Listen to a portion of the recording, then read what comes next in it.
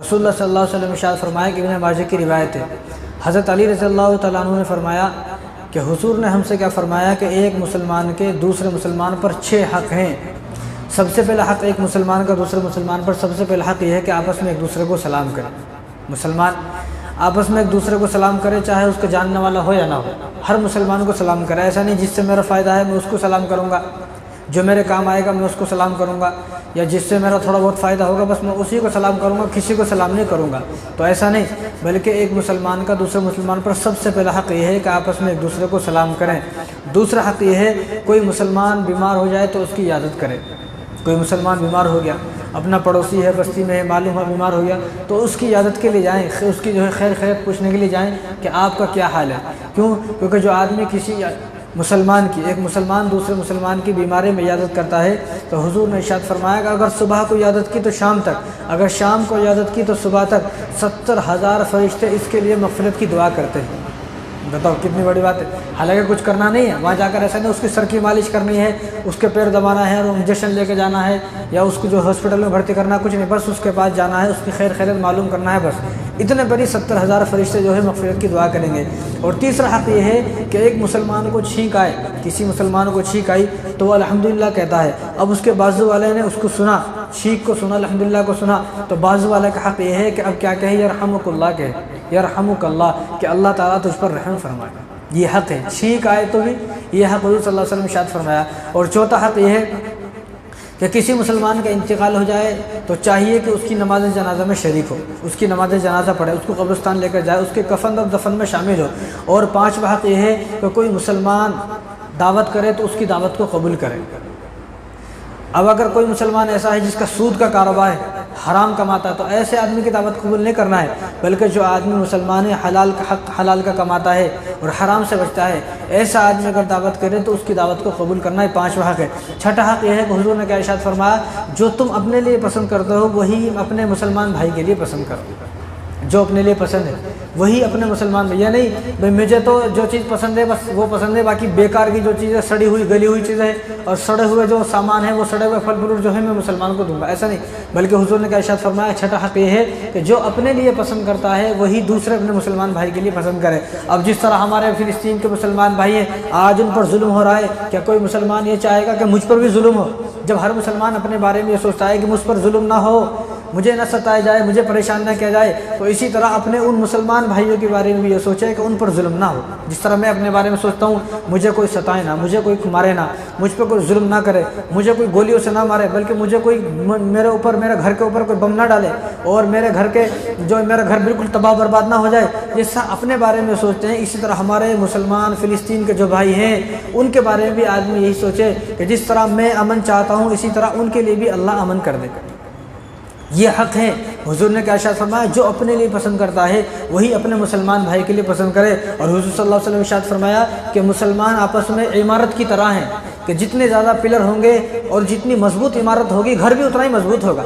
اگر اس کی عمارت جو بنیادیں کمزور ہیں اور پلر ایک بھی نہیں ہے تو چند دن کے بعد وہ گھر گر جاتا ہے۔ تو مسلمانوں کی مثال آپس میں عمارت کی طرح ہے، یعنی جس طرح جتنے زیادہ مسلمان مل کے رہیں گے، جتنا مضبوطی سے رہیں گے، اتنا ہی مسلمانوں کی طاقت اور ہمت بڑھے گی۔ آج مسلمانوں کی ہماری طاقت کیوں ختم ہو گئی؟ آپس میں اتنے جھگڑے ہیں، اتنی لڑائیاں ہیں کہ آپس میں ایک دوسرے کا منہ دیکھنے کو تیار نہیں ہے، آپس میں ایک دوسرے سے بات کرنے کو تیار نہیں ہے۔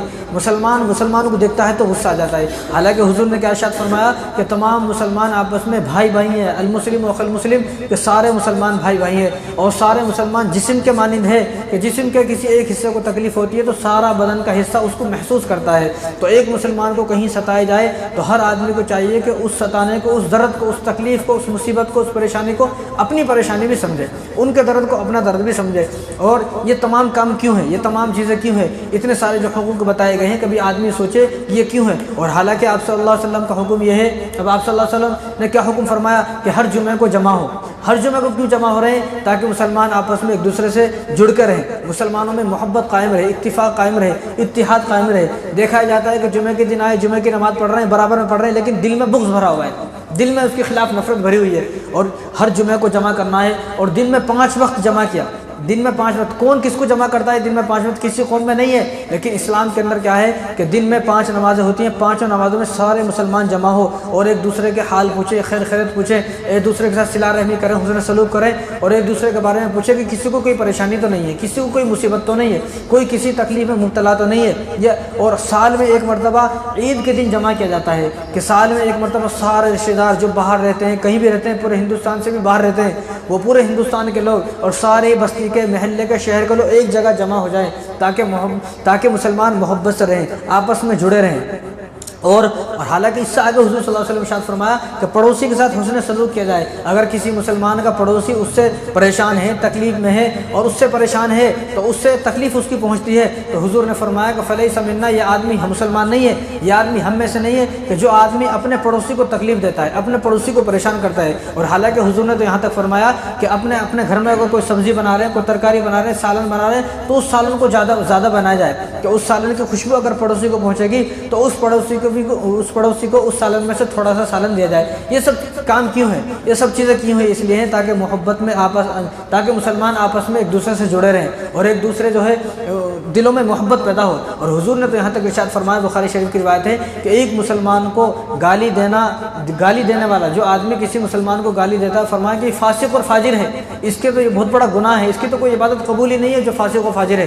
یعنی ایک مسلمان کو آپس میں گالی دینا، اور حضور نے ارشاد فرمایا کہ ایک مسلمان آپس میں گالی دینا کفر ہے، یہ کفر کی اور نفاق کی علامت ہے کہ ایک مسلمان دوسرے مسلمان کو گالی دیتا ہے۔ تو یہ سب چیزیں کیوں ہیں؟ اور حالانکہ اس سے آگے حضور نے ارشاد فرمایا کہ تم مہمان نوازی کرو، مہمانوں کو اپنے گھر پہ بلاؤ، ان کو کھانا کھلاؤ۔ جب مہمان آپ کے گھر سے کھانا کھا کر جائے گا تو آپ کے سارے گناہ اپنے ساتھ لے کر چلا گیا۔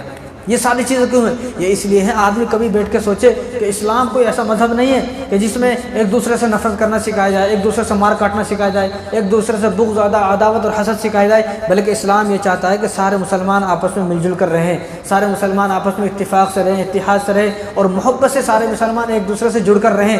آج یہ سوچے کہ کتنے ہیں ایسے لوگ جو ان باتوں پر عمل کر رہے ہیں، کتنے ہیں وہ لوگ جن کو مہمان کے آنے سے خوشی ہوتی ہے، کتنے ہیں وہ لوگ جو مسلمانوں کو آپس میں ایک دوسرے سے سلام کرتے ہیں بنا مطلب کے سلام کرنا ہے، ایسا نہیں کہ مطلب ہے تو سلام کریں گے ورنہ سلام نہیں کریں گے۔ تو یہ سب چیزیں آدمی غور کرے۔ اب ہمیں کیا ہے؟ بس اپنی فکر ہے، میری خوشی بس میری خوشی ہے، میرے غم بس میرے غم ہے، دوسرے کی خوشی سے مجھے کوئی مطلب نہیں ہے، دوسرے کی غمی سے مجھے کوئی مطلب نہیں ہے۔ کیوں ایسا؟ کیونکہ ہمارا دل سیاہ ہو گیا ہے، ایمان مردہ ہو چکا ہے، ضمیر ہمارا مر گیا ہے، اس لیے دوسرے کی تکلیف ہمیں اپنی تکلیف نظر نہیں آتی۔ کاش کہ دوسروں کی تکلیف ہمیں اپنی تکلیف نظر آتی۔ فلسطین کے اندر آج ہمارے بھائیوں پر جو ظلم ہو رہا ہے، بھئی وہ ہمارے بھائی ہیں، ہم اس لیے پیچھا نہیں چھڑا سکتے، بھئی ان کا علاقہ الگ ہے، وہ الگ قوم کے ہیں اور ان کا جو ہے جگہ الگ ہے، وطن الگ ہے، دیش الگ ہے، ملک الگ ہے، یہ بات بول کر ہم پیچھا نہیں چھڑا سکتے، بلکہ وہ ہمارے بھائی ہیں۔ پوری دنیا میں کہیں بھی بسنے والا کوئی بھی مسلمان ہے تو اللہ تعالیٰ نے خود فرمایا قرآن کریم کے اندر، انما المؤمنون اخوۃ فاصلحوا بین اخویکم، کہ تمام مسلمان آپس میں بھائی ہیں۔ بھائی جس طرح بھائی کیسے رہتے ہیں؟ مل کے رہتے ہیں، بچپن سے جوانی تک بھائی مل کے رہتے ہیں۔ وہ تو جوانی میں کچھ ایسی لڑائیاں ہوتی ہیں بھائی الگ ہو جاتے ہیں، ورنہ بھائیوں کو تو موت تک الگ ہونے کی اجازت نہیں ہے۔ تو اسی طرح جس طرح بھائی سب مل کر ساتھ میں رہتے ہیں تو اسی طرح تمام مسلمانوں کو بھی ساتھ میں مل کر رہنا چاہیے۔